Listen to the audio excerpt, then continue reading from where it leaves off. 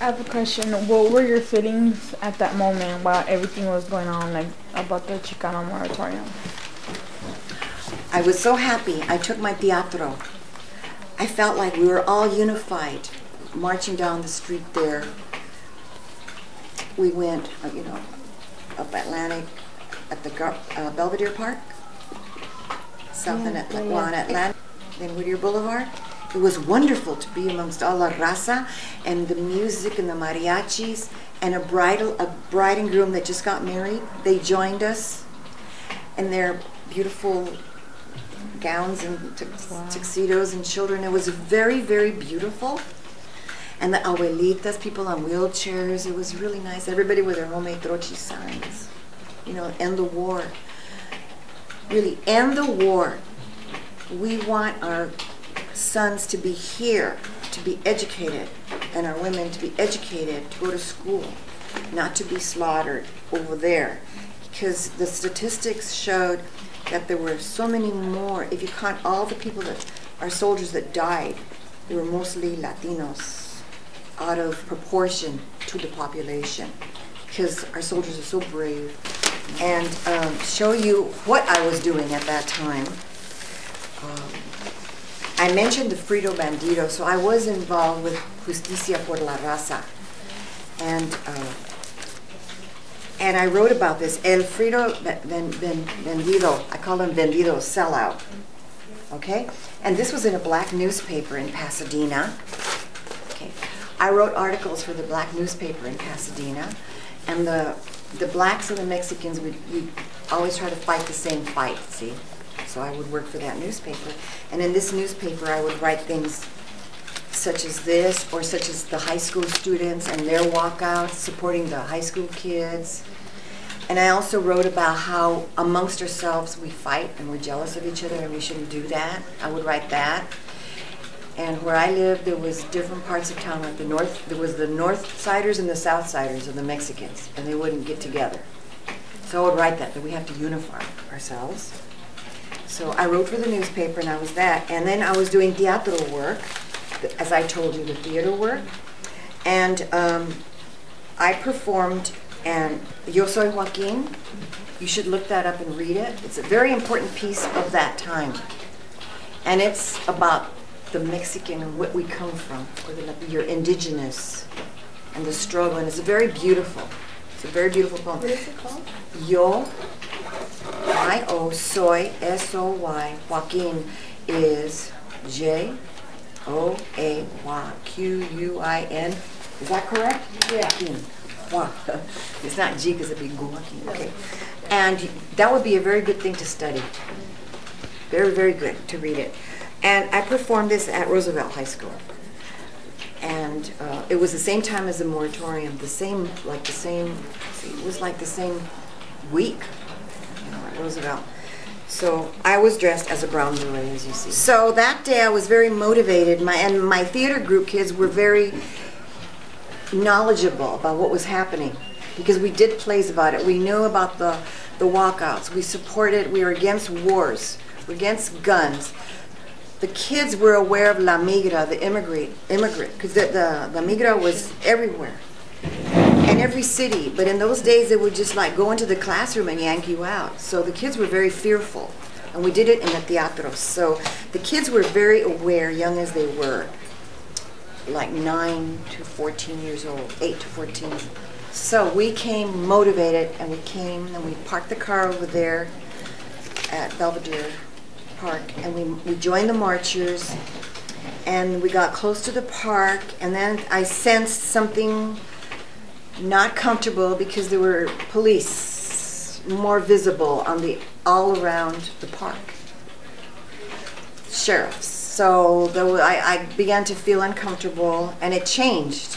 Things changed from the joy of walking with all the other marchers. So we were sort of surrounded. We still had that celebration out there on the grass. And there were music going on, there were speeches and teatro there on the park. It was a little stage, and children right up there in the front of the stage. And all of a sudden, we were gassed with tear gas. all of a sudden, tear gas everywhere. And so we were not prepared, although some people jumped in, and must have been Brown Berets, to try to have organization to help us. So within our group, they were trying to help the people, you know, to educate, hey, you know, try to tell the sheriffs there's families there, but everything, our needs were totally ignored. Okay. And if you ever, I don't know, have you ever experienced tear gas? It's like, imagine you're a snail. Imagine you're a snail and salt is thrown on your skin. It's like your membranes in your mouth and in your nostrils and all your tissues are like sucked out. It's just like, and then it sucks it out that you can't even breathe. It's like, it takes all the oxygen out of you, and everybody's like, ugh. So we were all gassed, and I had the children with me, and all of a sudden everything was separated. I don't know where the kids went. And so I try to think straight. I try not to get hysterical, because when I'm under pressure, I try to think straight. The kids, where are the kids? So I saw a newspaper writer. His name is Richard. They wrote El Chicano. Richard Vasquez, also from Pasadena. I saw him and I said, get the kids, help me. So he said, I'll do it. And he was like one of the first Chicano writers. Ruben Salazar was beginning very successful. And this other Richard was also, Vasquez was beginning to write editorials and stories of people. So I made myself be calm and walk up that side street, which is called, what is the street on the east side of the park there? That little street. Could be Arizona Street. There's a little street there. And I walked calmly, and I still felt it's okay, things are going to be okay, he's going to find my kids. And I'm walking on the sidewalk, but around is this gas and this gray around, and people screaming. And on the street, I don't know if you've ever seen movies like the Nazis where they're all like lined up. Boom, boom. Have you seen those movies like that? Yeah. Like they're all in the line and they're going boom, boom. And then that's what I saw. But they were American, you know, sheriffs. So they were lined up on the street coming towards me.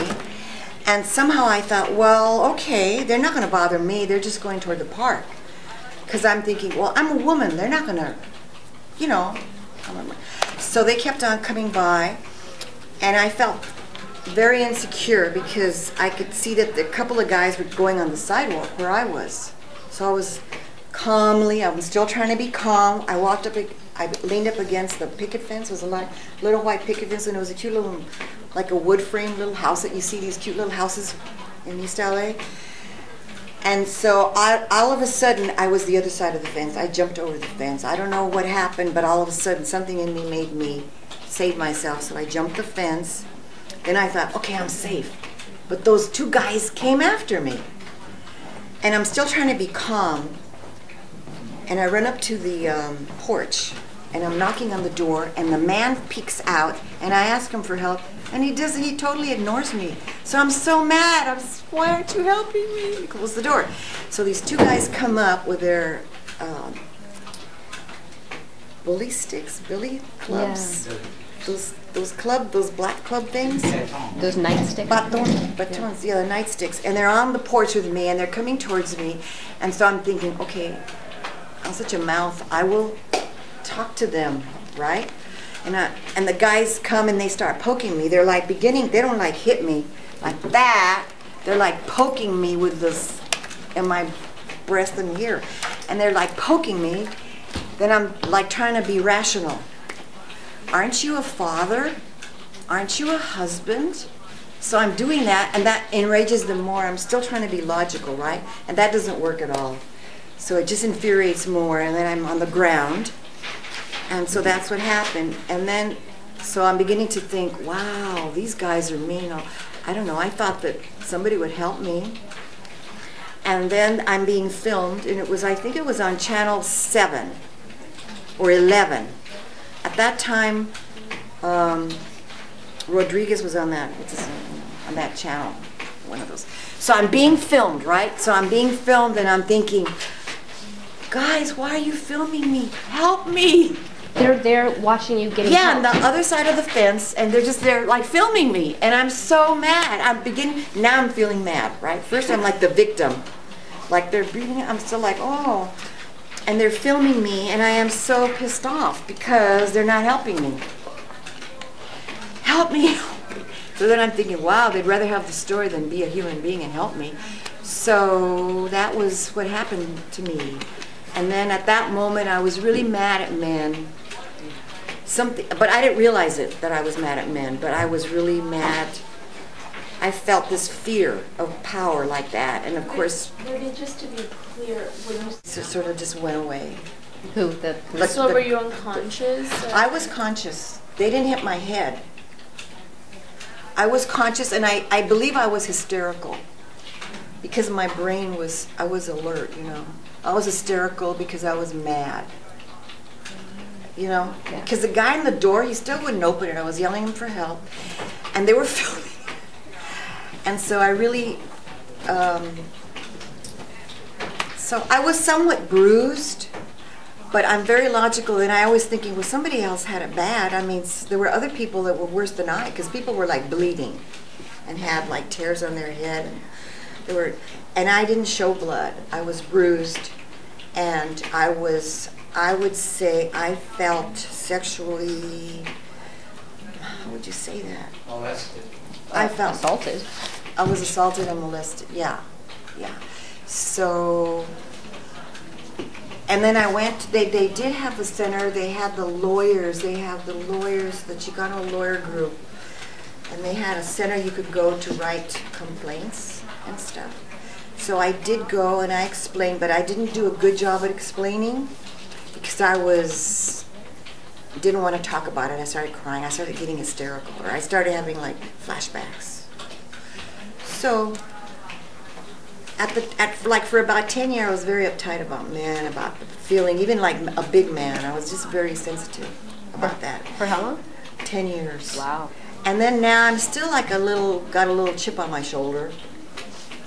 And like I was disillusioned, like I was so naive, but I thought everybody was a gentleman. Like my father was a gentleman, and my brothers, and my husband is very gentle with me. I thought all men were just nice, and you could reason with them. You know, that's what I thought. And it was like, whoa, where have I been?